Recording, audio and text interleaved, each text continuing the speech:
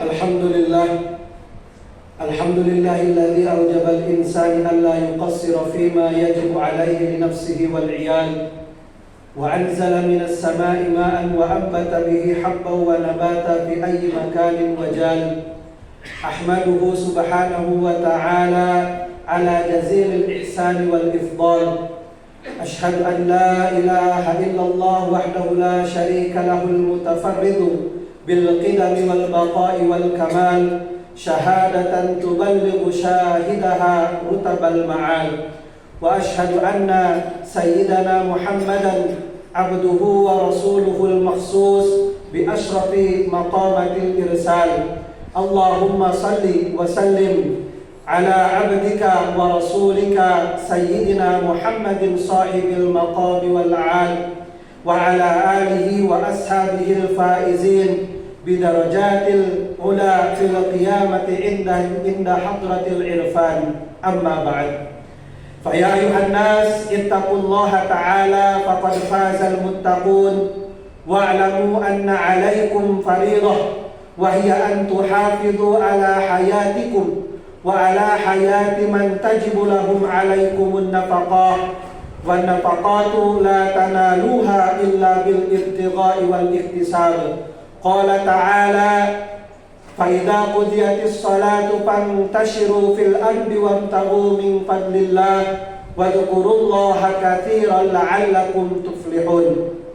وقال رسول الله صلى الله عليه وسلم: من رأى منكم منكرا فليغيره بيده، فإن لم يستطع فبلسانه، فإن لم يستطع فبقلبه، وذلك أضعف الإيمان. صدق الله العظيم وصدق رسوله النبي الكريم، ونحن على ذلك من الشاهدين والشاكرين والحمد لله رب العالمين. Hadirin sidang Jum'ah yang berbahagia, Baginda Rasulullah Sallallahu Alaihi Wasallam telah memberikan peringatan kepada kita tentang pentingnya amar ma'ruf nahi munkar, tentang pentingnya mengajak manusia semakin taat kepada Allah Subhanahu Wa Taala dan mencegah mereka daripada setiap kemaksiatan ataupun kemungkaran yang bertentangan dengan syariat dan perintah-perintah Allah Subhanahu Wa Taala. Sehingga sabdanya Baginda Rasulullah Sallallahu Alaihi Wasallam dalam sebuah hadis, beliau bersabda, man ra'a minkum munkaran, barang siapa di antara kalian, salah satu di antara kalian melihat munkaran, suatu kemunkaran, yang di sini tidak disebutkan apa itu kemunkaran, di sini hanya disebutkan kemunkaran saja, maka mencakup seluruh kemunkaran. Dan apa itu kemunkaran? Kemunkaran adalah setiap perkara, setiap perbuatan, segala sesuatu yang bertentangan dengan perintah Allah Subhanahu Wa Taala, yang bertentangan dengan sunnahnya Baginda Rasulullah Sallallahu Alaihi Wasallam, yang bertentangan dengan syariat, maka itu semua disebut dengan kemunkaran. Maka kata Baginda Rasulullah Sallallahu Alaihi Wasallam, siapa saja di antara kalian yang melihat kemunkaran itu, falyughayyirhu biyadihi, maka cegahlah kemunkaran itu dengan tangan-tangan kalian yang Allah Subhanahu Wa Taala sudah berikan potensi kepada kalian untuk mencegah setiap kemunkaran yang ada di hadapan kalian semua. Kemudian bagaimana pentingnya amar ma'ruf nahi munkar ini, sehingga Rasulullah Sallallahu Alaihi Wasallam menyampaikan kepada derajat yang paling rendah tentang mencegah kemunkaran itu. Fa in lam yastati, apabila di antara kalian tidak mampu mencegah kemunkaran itu dengan tangan-tangan kalian, fabilisani, maka cegahlah kemunkaran itu dengan lisan-lisan kalian. Ajak mereka untuk meninggalkan kemaksiatan itu, ajak mereka untuk meninggalkan kemunkaran itu, ajak mereka supaya mereka mau taat kepada Allah Subhanahu Wa Taala dan meninggalkan kemunkaran itu, meninggalkan segala bentuk kemaksiatan, yang mana dengan kemunkaran itu, dengan kemaksiatan itu akan menyebabkan Allah Subhanahu Wa Taala murka terhadap seseorang, akan tetapi azabnya Allah Subhanahu Wa Taala akan ditimpakan kepada setiap manusia yang dekat dengan orang yang berbuat kemunkaran itu.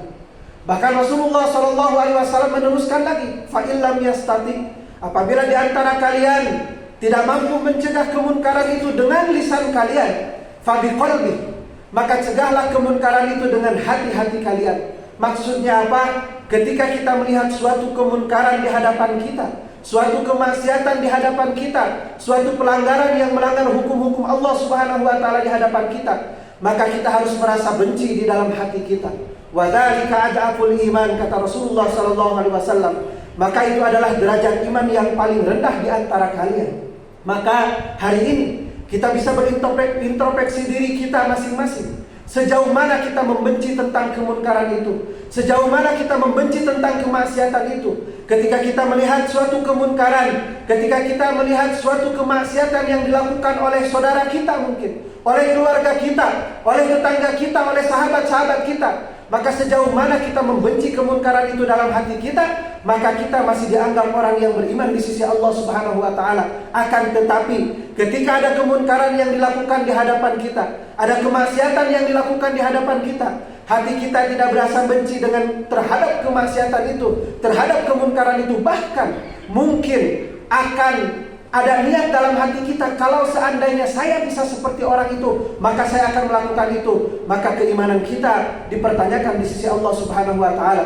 Karena derajat iman yang paling rendah disabdakan oleh baginda Rasulullah sallallahu alaihi wasallam adalah merasa benci di dalam hati ketika kita melihat setiap kemunkaran dan kemaksiatan yang dilakukan oleh orang-orang.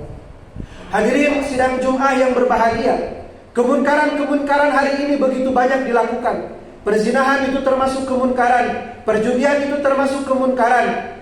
Segala bentuk perbuatan, amal ataupun kelakuan yang bertentangan dengan syariat, maka itu semuanya dicakup dalam kemunkaran. Akan tetapi hadirin sidang Jumat yang berbahagia, ada kemunkaran di atas kemunkaran yang mana mungkin hari ini kita sendiri tidak sadar tentang hal itu. Kita sendiri merasa biasa saja, dan kita sendiri tidak pernah merasa risau, kita sendiri tidak pernah merasa benci terhadap perkara itu. Padahal ada kemunkaran di atas kemunkaran yang hari ini banyak dilakukan oleh saudara-saudara kita, oleh keluarga kita, oleh tetangga kita. Bahkan mungkin kemunkaran di atas kemunkaran itu dilakukan oleh kita sendiri. Apa kemunkaran di atas kemunkaran? Kemunkaran di atas kemunkaran adalah mereka orang yang mengatakan dirinya taat kepada Allah Subhanahu wa taala, mereka yang mengatakan dirinya iman kepada Allah Subhanahu wa taala, mereka yang mengatakan cinta kepada baginda Rasulullah sallallahu alaihi wasallam,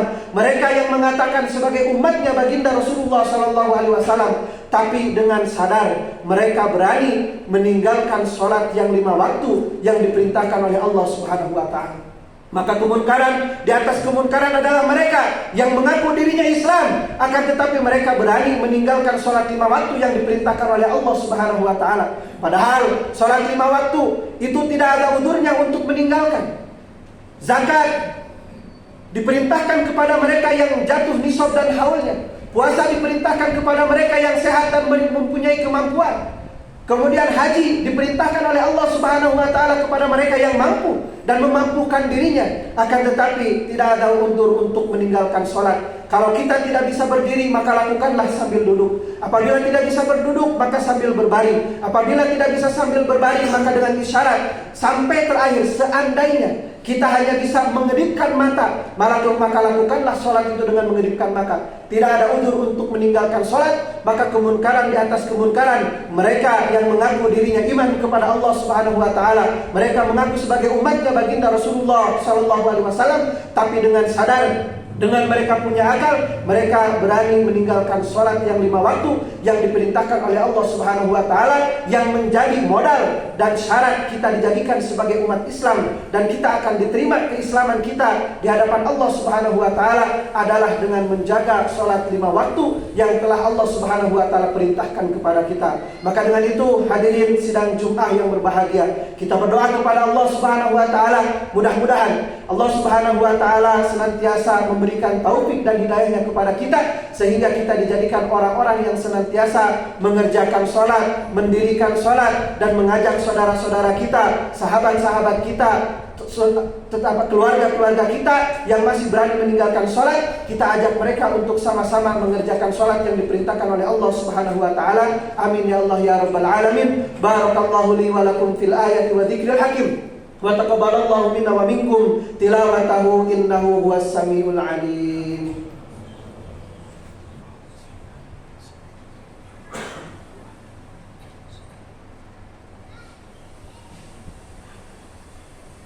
Alhamdulillah Alhamdulillahi muqadiril maqdur wa musarrifil ayami wasyuhur wa ahmaduhu ala jazili ni'amahu wa huwal ghafurur syakur.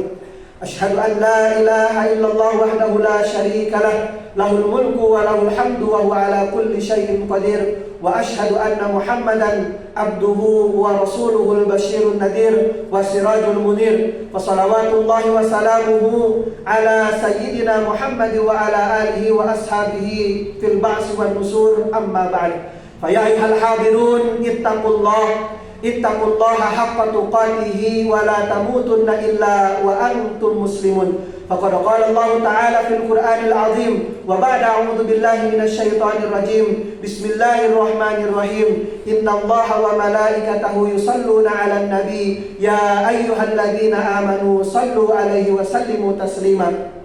Allahumma salli wa sallim wa barik ala sayyidina Muhammad wa habibina wa syafi'ina wa maulana Muhammad wa sallim wa barik amin ya Allah ya rabbal alamin. Allahumma ighfir lil muslimina wal muslimat wal mu'minina wal mu'minat al ahya'i minhum wal amwat bi rahmatika ya arhamar rahimin. Rabbana hab lana min azwajina wa dhurriyyatina qurrata a'yunin waj'alna lil muttaqina imama. Rabbana zalamna anfusana wa in lam taghfir lana wa tarhamna لنكونن من الخاسرين. اللهم إنا نسألك سلامة في الدين وعافية في الجسد وزيادة في العلم وبركة في الرزق وتوبة قبل الموت ورحمة عند الموت ومغفرة بعد الموت. اللهم هون علينا في سكرات الموت ونجاة من النار والعفو عند الحساب. اللهم ارزقنا توبة نصوحا قبل الموت. اللهم ارزقنا توبة نصوحا قبل الموت. اللهم ارزقنا توبة نصوحا قبل الموت. اللهم انصر